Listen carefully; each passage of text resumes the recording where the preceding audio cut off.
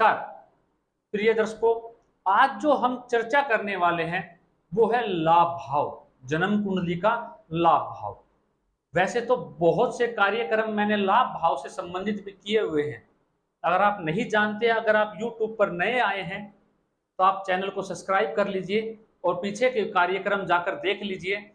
आपको लाभ भाव से संबंधित और अधिक जानकारी आपको प्राप्त हो जाएगी। लेकिन प्रिय दर्शकों, जब भी हम किसी भाव से संबंधित चर्चा करेंगे तो उसमें कुछ नई चीजें, कुछ नई बातें आ ही जाएंगी और आपको कुछ ना कुछ नई चीजें जानने को अवश्य मिलेगी। प्रिय दर्शकों, लाभ भाव जन्म कुंडली का, अगर लाभ भाव पर कोई शुभ ग्रह की दृष्टि हो या कोई शुभ ग्रह लाभ भाव में बैठा हो तो लाभ भाव मजबूत हो जाता है। या लाभ भाव के दोनों साइड आगे और पीछे शुभ ग्रह आके बैठ जाए, शुभ कर्तृ योग में आ जाए, तो भी जन्म कुंडली का लाभ भाव मजबूत हो जाता है। हम चर्चा लाभ की कर रहे हैं, तो जितना हमारा ये भाव मजबूत होगा उतना ही धन हमारे जीवन में हम प्राप्त करने वाले हैं, उतना ही धन हमारे जीवन में आएगा, उतना ही लाभ हम कमाएंगे। और आज के युग में पैसे के बिना कुछ भी संभव नहीं है, तो जन्म कुंडली का लाभ भाव मजबूत होना बेहद आवश्यक है अगर आपको जीवन में आगे बढ़ना है। वहीं प्रिय दर्शकों, लाभ भाव पे पाप ग्रह की दृष्टि हो तो लाभ भाव कमजोर हो जाता है। लेकिन फिर भी लाभ भाव के ऊपर शास्त्रों में कहा कि कोई भी पाप ग्रह किसी भाव पे दृष्टि डालता है तो उस भाव को कमजोर कर देता है। लेकिन लाभ भाव के ऊपर कहा, अगर लाभ भाव के ऊपर पाप ग्रह बैठे हो या पाप ग्रह की दृष्टि हो तो लाभ भाव मजबूत हो जाएगा, लाभ के और रास्ते उसके जीवन में निकल जाएंगे।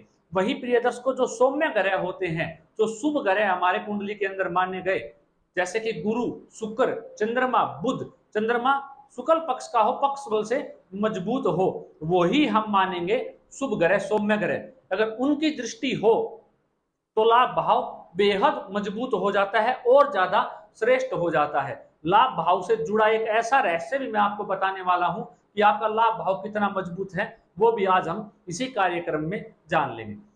प्रिय दर्शकों, अब जिसकी कुंडली में लाभ भाव मजबूत हैं, ऐसा जातक अपने जीवन काल में खूब धन धान्य से संपन्न होता है, बड़े भाई बहनों का उसे सदैव लाभ मिलता है, उसकी शिक्षा भी अच्छी रहती है और ऐसा जातक अपनी चतुराई के चलते अपने जीवन काल में खूब धन अर्जित भी कर लेता है, खूब धन अर्जित भी कर लेता है प्रिय दर्शकों। और खूब पैसा तो कमाता है, लेकिन संतुष्ट हो पाएगा या नहीं जो उसने धन कमाया, ये भी मैं आपको बताने वाला हूं।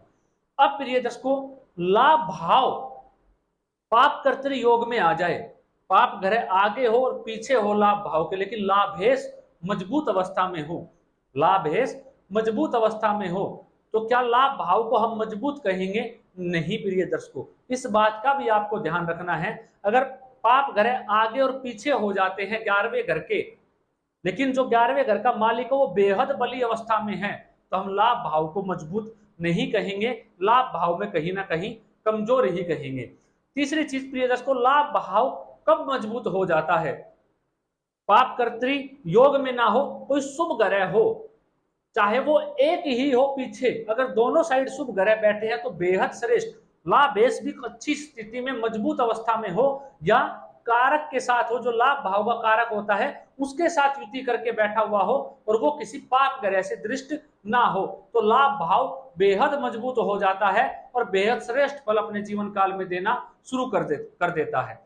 वही प्रिय दर्शकों, जो मैं आपको एक रहस्य बताने वाला था, इस चीज को समझिएगा। लाभ भाव में कोई शुभ ग्रह बैठा हुआ हो, कोई शुभ ग्रह हो, चंद्रमा भी हो सकते हैं, बुध भी हो सकते हैं, शुक्र भी हो सकते हैं, उसके ऊपर जो लाभ भाव का स्वामी बनता है, जो लाभ भाव का स्वामी बनता है, उसकी दृष्टि लाभ भाव पर हो, शुभ ग्रह की ही दृष्टि लाभ भाव पर हो और गुरु ग्रह भी कुंडली में मजबूत हो, तो ऐसा जातक निरंतर धन कमाता हुआ चला जाता है, अपने जीवन में धन की कमी नहीं रहती। अब इसे उदाहरण से समझिएगा, मैं आपको समझाता हूं। मान लेते हैं धनु लग्न की कुंडली है और चंद्रमा लाभ भाव में बैठे हुए हैं शुक्ल पक्ष के होके, और उस पर शुक्र या देवगुरु बृहस्पति की दृष्टि पड़ जाए, उस पर शुक्र की दृष्टि पड़ जाए, माफ कीजिएगा शुक्र की दृष्टि पड़ जाए, उसी भाव की, जो लाभ भाव का स्वामी है उसी की दृष्टि पड़नी चाहिए।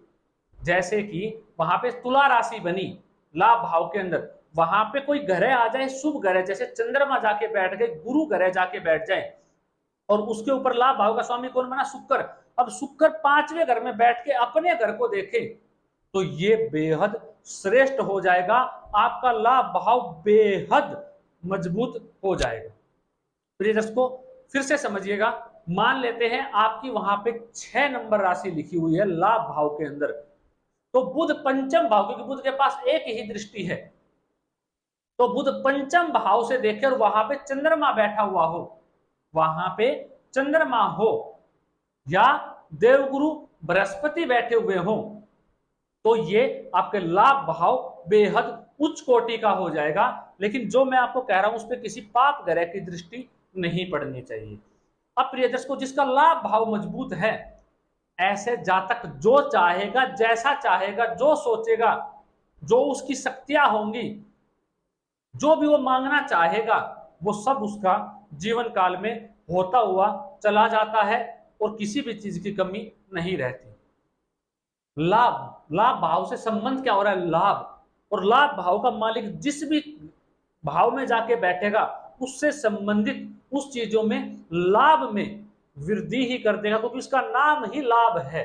तो लाभ करना उस भाव से संबंधित भी चीजों में लाभ ला देगा, उत्पन्न कर देगा। प्रिय दर्शकों वही लाभ भाव के मजबूत होने से ऐसा जातक अगर वो सिद्धि में पड़ जाए, मतलब कि मैं आपको कहूं जो भी चीज वो सिद्ध करना चाहता है अपने जीवन में, हर चीज को वो सिद्ध कर देगा, उसकी जो भी इच्छाएं होंगी हर चीज उसकी पूरी हो जाएगी। प्रिय दर्शकों दूसरी चीज, प्रिय दर्शकों आपने कई बार देखा होगा व्यक्ति अपने जीवन से खूब धन कमाता है लेकिन अपने आप से संतुष्ट नहीं रह पाता।